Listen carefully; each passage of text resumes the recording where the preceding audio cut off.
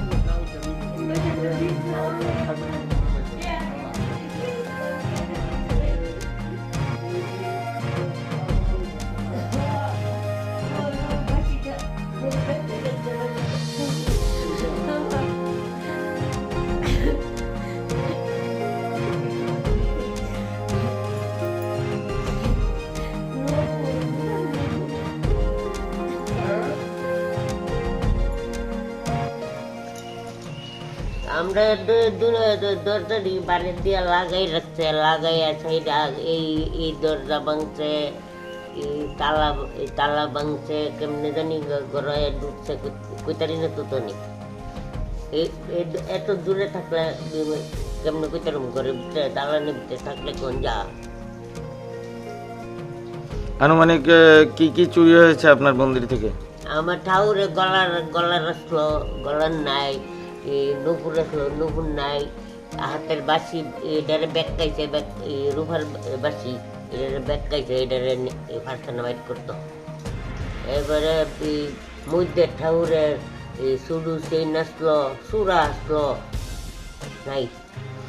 টাকা পয়সা কিছু চুরি হয়েছে আপনার? টাকা নিচে এই রিজ কিছু নিচে না, এক ওইটা এই ব্যাগটা দিয়ে এক ব্যাগটা আসলো শিব মন্দিরের টেয়া, এই শিব চতুর্দশীর টেয়া আইনে তো আমি খাটের নিচে রেখে দিই, খাটের নিচে বের করতে।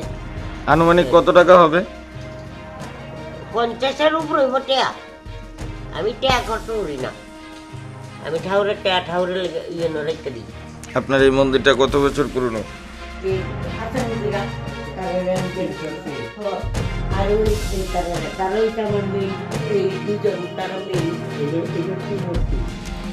লক্ষ্মীনারায়ণ।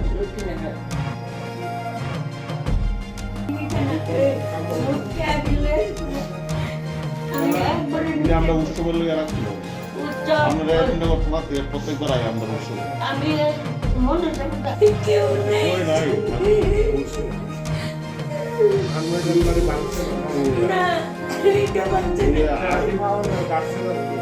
টাকা দেবে মানে এই জিনিস না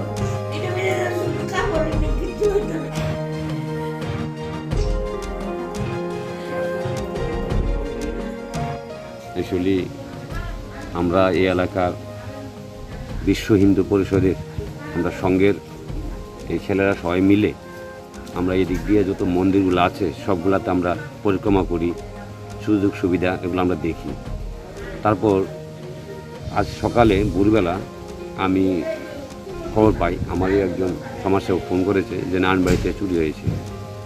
আমি শুনে তৎক্ষণাৎ আমার সমস্ত সঙ্গের লোক নিয়ে এসে আমরা মন্দিরে এসে দেখি মন্দিরের 3টা দরজা ছিল, 3টা দরজা ভেঙে তালা ভেঙে ওইখান থেকে 50,000 টাকার থেকেও বেশি হবে নিয়ে গেছে, এবং ঠাকুরের গলায় যে সোনার চেনগুলো ছিল ওগুলো নিয়ে চলে গেছে। সেই ব্যাপারে আমরা তৎক্ষণাৎ থানার সহযোগিতা চাই এবং থানার আমাদের সাব ইন্সপেক্টর থেকে শুরু করে কনস্টেবল থেকে শুরু করে ওরা এসে দেখে টিকে নিয়ে যায়। স্যার আরেকটা ব্যাপার, ওনাদের যে অভিযোগ ওনারা সকাল থেকেই প্রশাসনের সাথে যোগাযোগ করার চেষ্টা করছে, প্রশাসন ওদের ফোনে সাড়া দিচ্ছে না, সে বিষয়ে কি বলবেন? এবং আপনাকে এসে ঘটনাস্থলে আপনি নিজে খুদ আমরা দেখতে পেলাম আপনি ফোন করে থানাতে কথা বলতে হয়েছে, কেন এরকমটা স্যার? অ্যাকচুয়ালি ঘটনা হয়েছে এই আমাদের যে পিএস আছে এডিনগরে পিএস আছে যে এখানে স্টাফের সংখ্যা নগণ্য, খুবই কম, রিসেন্টলি কিছু কোনো বদলি হয়েছে। আমি যা জানতে পারলাম সে কালকে রাত্রে যারা নাইট করেছিল তারা নাকি আসতে একটু দেরি হবে। আমাকে বলছে ঠিক আছে, আমি লিখে রাখছি, কিছুক্ষণ পরে পাঠাবে ওরা, তাই বলছিল।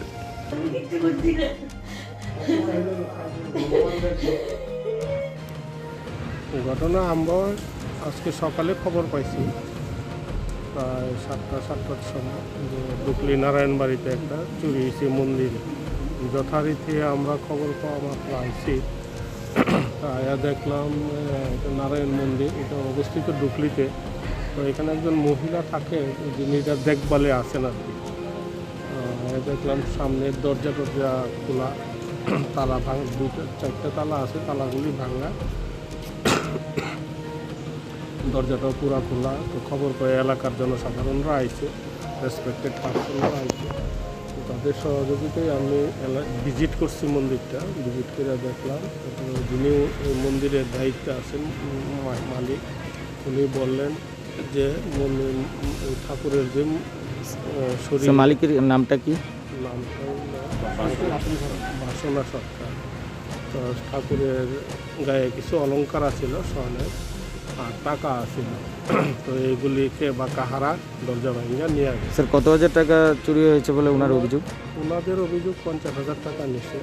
তো আমরা এটা ভালো করে খতিয়ে দেখতেছি, এনকোয়ারি করে কী হয়েছে আদৌ ঘটনাটা। স্যার আমাদের কাছে একটা অভিযোগ রয়েছে, এই মন্দিরে এই নিয়ে 5-6 বার ওনার মন্দিরে চুরি হয়েছে, আগুনও লাগানো হয়েছে মন্দিরে। সে বিষয়ে থানাতে বারবার ডায়েরি করা সত্ত্বেও উনি ন্যায় বিচার পাচ্ছেন না, সে বিষয়ে কি বলবেন স্যার? এইটা আমার জানা নেই, কখন কিভাবে কোথায় কি অভিযোগ করছে আমার জানা নেই। আজকে যেটা অভিযোগ আছে ওই স্যার আজকের আরেকটা ব্যাপার নিয়ে আমরা একটু কথা বলছি। স্যার আমি সংবাদ মাধ্যমের পরিচয় দিয়ে আপনাদের থানাতে কল করেছি 6:41 স্যার। আমাকে থানা থেকে বলা হয় ওইখানে স্টাফ নেই, গাড়ি নেই, আমরা নাকি ওই জায়গাতে গিয়ে কমপ্লেন করতে হবে। স্যার সে বিষয়টা কেন এরকমটা হচ্ছে স্যার? না, এরকম কোনো কথা নাই। আপনি যে কোনোভাবে আমাদেরকে কল করতে পারেন, কিন্তু অ্যাভেলেবিলিটিটা দেখতে হবে। হ্যাঁ স্যার, তার পরবর্তী সময় স্যার আমি সিটি কন্ট্রোলের সাথে যোগাযোগ করার পর এখানে পুলিশ প্রশাসন, আপনার প্রথম খবরের ভিত্তিতেই আমরা আইছি। সিটি কন্ট্রোল তো আলাদা ইউনিট, ওইটা তো অন্য ব্যাপার। আপনার খবরের ভিত্তিতে আমরা, কারণ গাড়ি অন্য কাজও থানার যা একটা কাজ না, অনেকগুলি কাজ থাকে, ওই কাজে ব্যস্ত আছি।